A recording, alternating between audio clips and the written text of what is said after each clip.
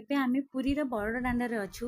ଦେଖନ୍ତୁ ଆମର ଗେଟଅପ୍ କେମିତି ତ କିଛି କିଣିବାର ଥିଲା, ସେଥିପାଇଁ ଆମେ କପଡ଼ା ଚେଞ୍ଜ କରିକିରି ଆସି ଯାଇଥିଲୁ।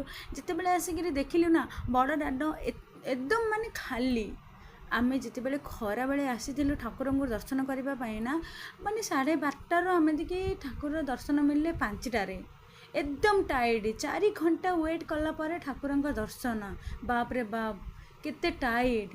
କିନ୍ତୁ ଏବେ ଯେତେବେଳେ ଆସିକିରି ଦେଖିଲୁ ନା ଏକଦମ ଖୋଲା, ଯିଏ ଯେମିତି ବି ଯାଇପାରିବ, ମାନେ ଜମାରୁ ୱେଟ୍ କରିବନି। କିନ୍ତୁ ଆମ ଭାଗ୍ୟ ଖରାପ, ଠାକୁରଙ୍କ ଯାହା ଇଚ୍ଛା କ'ଣ କରିବୁ। ଆମେ ଏବେ ଖୋଲା ଥାଇବି ବି ଯାଇପାରୁନୁ, କାହିଁକି ନା ଆମେ କପଡ଼ା ଚେଞ୍ଜ କରି ଆସିଛୁ। ଆମେ ଭଲ କପଡ଼ା ପିନ୍ଧିନୁ, ସେଥିପାଇଁ ମନ୍ଦିରକୁ ପ୍ରବେଶ କରିପାରିବୁନି। ତ କରିବାରୁ ଦେଖିଲେ ଆମକୁ ପ୍ରବଳ ଲୋଭ ଲାଗୁଛି। ମାନେ ଆମର ଯେ ଆମେ 4 ଘଣ୍ଟା ୱେଟ୍ କରିଥିଲୁ ନା, ସେଥିପାଇଁ ଆମେ ଟିକେ ପ୍ରବଳ ଲୋଭ ଲାଗୁଛି ଏବେ ଦେଖିଲା ପରେ। ତଥାପି ଦୁଃଖ ନାହିଁ, କିନ୍ତୁ ଏତିକି ଖୁସି ଲାଗୁଛି ମୋତେ, ମାନେ ଠାକୁରଙ୍କ ଆଗରେ ସାମ୍ନାରେ ବଡ଼ ଦାଣ୍ଡରେ ମୋତେ ମାନେ 2 ଘଣ୍ଟା ମୋତେ ବସିବାକୁ ମିଳିଲା। ବହୁତ ଖୁସି ଲାଗିଲା, ବହୁତ ଖୁସି, ବହୁତ ଖୁସି। ଜୟ ଜଗନ୍ନାଥ।